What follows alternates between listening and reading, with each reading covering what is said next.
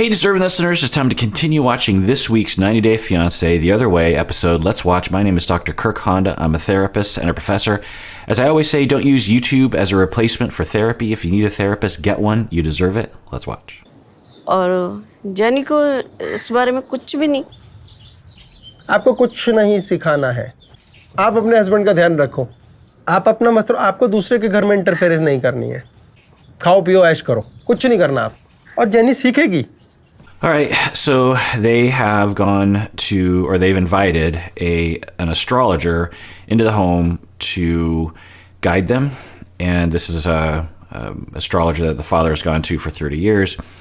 So it's someone that they respect a lot. And right off the bat, the astrologer is saying, essentially, mind your own business and be happy. Why are you making misery for yourself? It's interesting. Let's see what the mom says. He said, they don't need to be here to teach us anything. They need to be here only to bless us, Yes. to enjoy, just to be happy. If you want to be with me, if you want to take care of me, you will learn by yourself. And I agree, I do need to try a little bit harder. You will learn. Don't worry. We will see. I do have an issue with that assumption that she's supposed to be a good housewife. If she wants to be, then that's fine. But does she want to be? If not, that is a massively sexist notion. Now, some of you might say, and I think some people do in the comments, that, well, she's not working and he is, and so she has to do something to contribute. Okay, but we don't really know the specifics on that. And then, so in India, apparently that's the norm, is that women are servants to their men. And I mean, I say servants, other people would say good house members, or I don't know. But we use this as a jumping out. We have no idea what's happening there. I have no idea about Indian culture, but we can look at ourselves and evaluate the ideas that we have that's been injected into us from whatever society we live in regarding gender and rights and what's expected of you. And when you step outside of that norm, how does society try to shove you back into that funnel? And when they keep coming back to this idea of Jenny, and then Jenny sort of agreeing with it, is she agreeing with it because she actually agrees with it? She's, yeah, I've been wanting to get better at this, or I'd like to take a crack at this. Or is she doing it because of just an inundation of oppression that's happening with her? What would her daughter say if her daughter were here? It would be like, Mom, is that really what you want? Or are you just giving in to the pressure from society because no one is in your corner? I would rather say experimenting to live together, but I don't see the need for that. Sadhana cannot teach Jenny anything. She's doing a useless exercise. It is like she has pre-lived this thing in her mind that, yes, one day my daughter-in-law will come and I will help her out, I will teach her. So these are just dreams. It's interesting, his perspective. I wonder if that's accurate, because that isn't my narrative of the situation. Maybe it's part of it, for sure. But it seems that the mom is just bent on getting rid of Jenny. I mean, or to point out the deficits in her, skills or something to Sumit, so Sumit will leave, and or to push Jenny out of the door. They can't work here. Problem आपको क्या problem होती mummy? Jenny को से शादी करना चाहता है. शादी का मतलब यही होता है ना कि बच्चे पैदा करना, उसके अच्छी लाइफ बिताना. इनकी हो रही है, आपकी हो रही है, आपकी नहीं हो रही ना? Wow. I mean, this astrologer, I assume, comes from a similar culture, a similar pocket of culture, if not the identical. And he is at least expressing sentiments that I've had from the beginning coming from my culture of, okay, that's what you want, but is this their marriage or is it your marriage? It sounds like you're making it your marriage. This isn't your marriage. This is their marriage. So it's interesting. So let's predict what the mom would do here. Let's imagine. Obviously, she could just reject it and say, well, he's a quack. He doesn't know what he's talking about. Or if she is either looking for an excuse to get out of the grind with this situation, maybe this will be that excuse, is this indication of, well, wait, I've been terrified of societal judgment this whole time, and the astrologer is saying I'm in the wrong, so maybe I don't have a very good understanding of how people will react to this, so maybe I should let it go. Maybe it would help if the astrologer said something like, look at them, they're fine. It's they're fine. When I look at them, I see a couple that loves each other. Maybe that would help, because I think she's worried about how society will see them, and thus, see the couple and their age difference, and thus how they will judge her.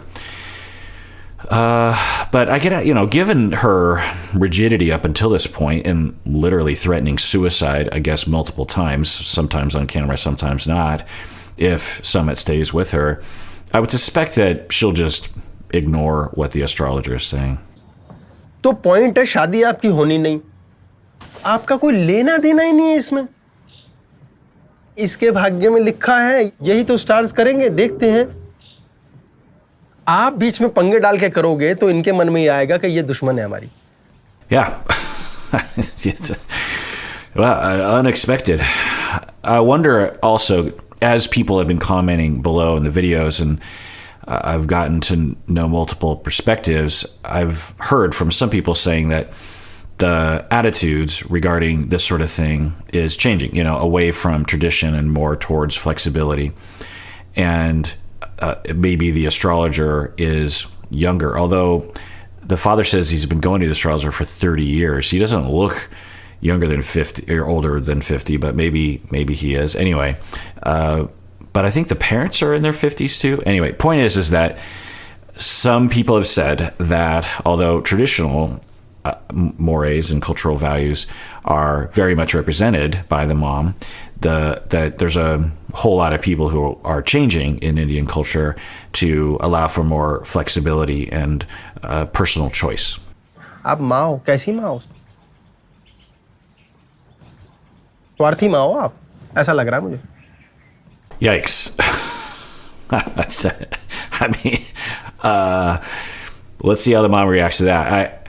If I were a little birdie on his shoulder, I would say, don't go that far, because if you go that far, she might reject everything you're saying. So maybe just stick with what you were saying earlier. So, wow, let's see what the mom says here.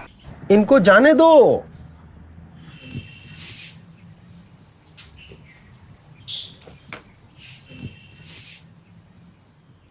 I don't know what's being said.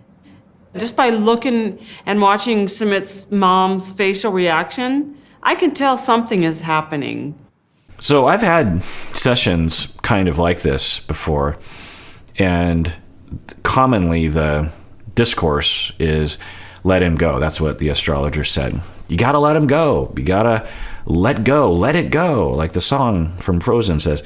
And although if that works and it's helpful, then maybe say that. But usually I will try to avoid that kind of philosophy, because it implies to a mother that she's supposed to give up on her child. And that is antithetical to good parents. To give up is completely against every fiber in their being. So what I would have framed it would be is I would try to, and this is my philosophy, and usually what I think engages with people is to connect with her desire as a loving mother, as someone who loves her son. You could argue that all of this opposition to Jenny is, from that she cares so much about her son that she doesn't want him to, quote unquote, ruin his life according to the culture.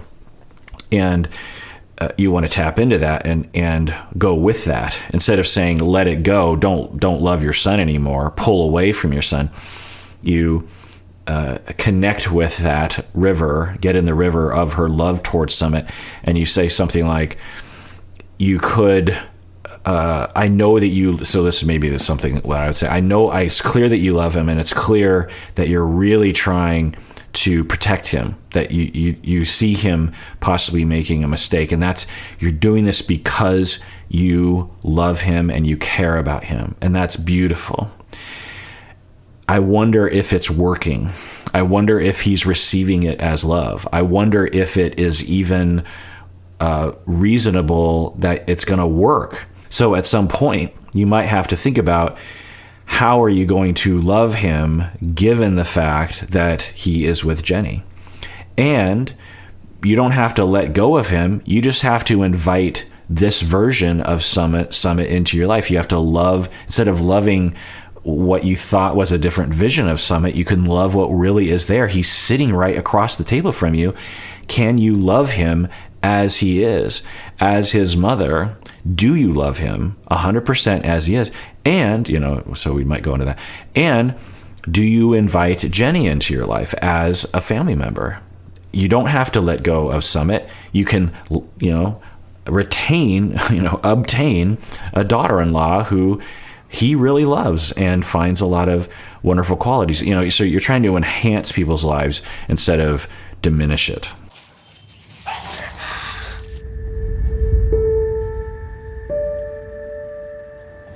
This is God's wish. Think it this way. अगर इन्हें अलग होना है, आप कारण मत बनो. देखो प्रकृति बनती है, बन जाएगी. So two things. One, you can feel her pain, or I can, and this goes against the narrative that, honestly, I've adopted at times, that she's doing this out of wanting to harm people, the rigidity, that it is because she's evil or something, instead of coming from a deep place of pain. Now, the other thing that I've been wondering about with her is if we knew a full picture, if we had a full picture of her history and her relational traumas and her schemas and her personality, and what Sumit was referring to when Sumit was talking about how his dad told Sumit when Sumit was really young, look, just do what your mom says, because act like you're doing what just agree with your mom, tell her what she needs to hear, and do your own thing, because you can't win with your mom. I've learned as your father, married to your mother, that you just have to lie to her sometimes, because there's just no other solution to it. So, what's going on there? And that usually comes from a place of deep, deep pain. When we have people who are rigid and unreasonable and unfair to others and families, it usually comes from generations of trauma being passed down. So I don't know, I have no information about what that could be, but we seem to be tapping into it right now. एक चीज याद रखो, अपने को खराब मत करो बहुत जल्दी.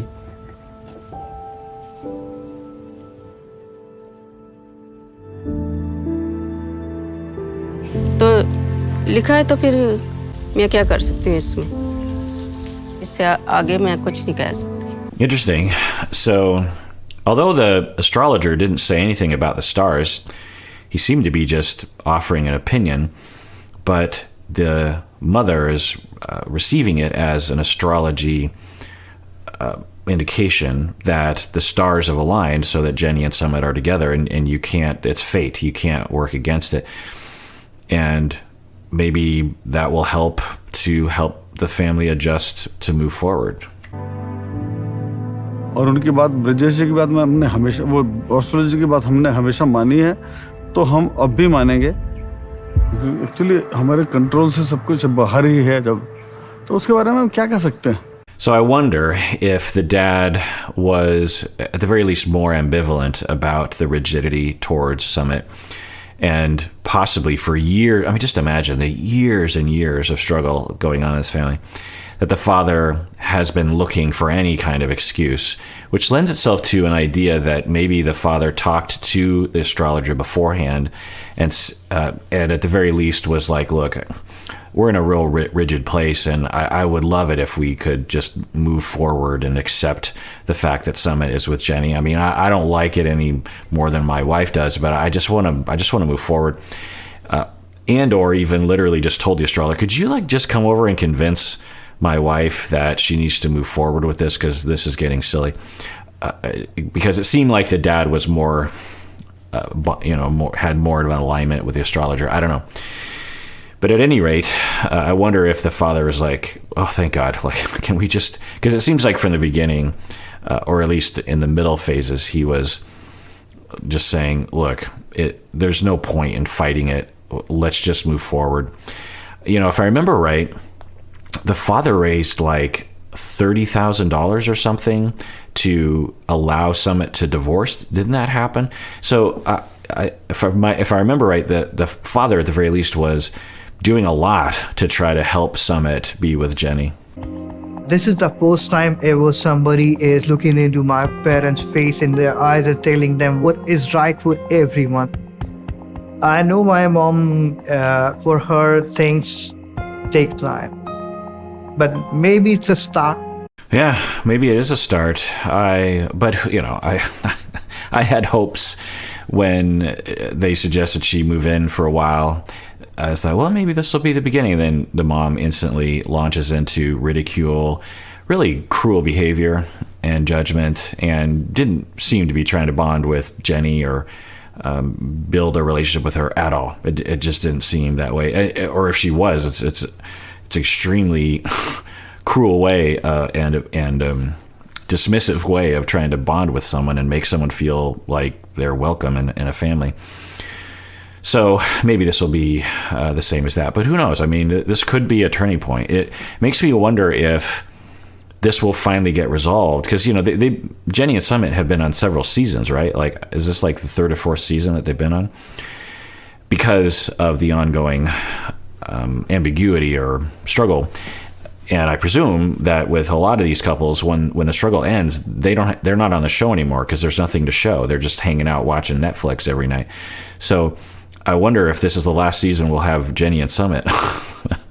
I mean, it's like I kind of hope that, right? Because from the beginning I've just been like, Jenny and Sumit, they want to be together. Like, let it go. You don't approve, fine, but just move forward in life. There are other fish to fry. There are other hills to die on besides this one. Like, Jenny and Sumit like each other. They want to be in a relationship. They are of a different culture and age. Let it go. Just like, because, with other people on the show, there are, red flags of abuse or, there's other reasons why you would see parents get up in arms about things. Like Corey's parents, well, his dad has passed, but you could imagine that there would be, or Nicole, that's a good example. Nicole's parents, the four of them were against Azan. And you could argue that was wise, particularly given, I think, what happened in the end. So those situations, it makes sense that you're like, no, this is a hill I want to die on because this is my grandchild, this is my daughter. I don't believe this guy, this is a scam, whatever.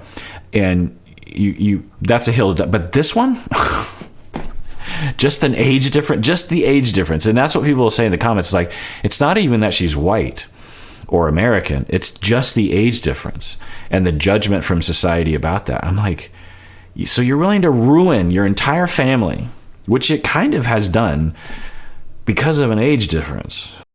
But at least there's a hope and there's a way. Things will change. Be blessed. Be happy. All right. Well, if you haven't become a patron of the podcast yet, or the YouTube channel, you can do so now by clicking the link below or going to patreon.com. When people become a patron, they're really showing that they appreciate what we do here and that they want to materially support us. I could not be doing this if it weren't for the patrons. If it weren't for the patrons, I'd be working my 2 other jobs all the time and would not have time to do this sort of thing. So when patrons sign up, it actually frees me from that obligation so that I can spend time on this YouTube channel with y'all. So if you want to, go to patreon.com, become a patron of the podcast. Also, if you're a patron and you can become an annual patron or an upper tier patron, that's even cooler. Totally up to you. And everyone out there, please take care of yourself because you deserve it. You really, really do.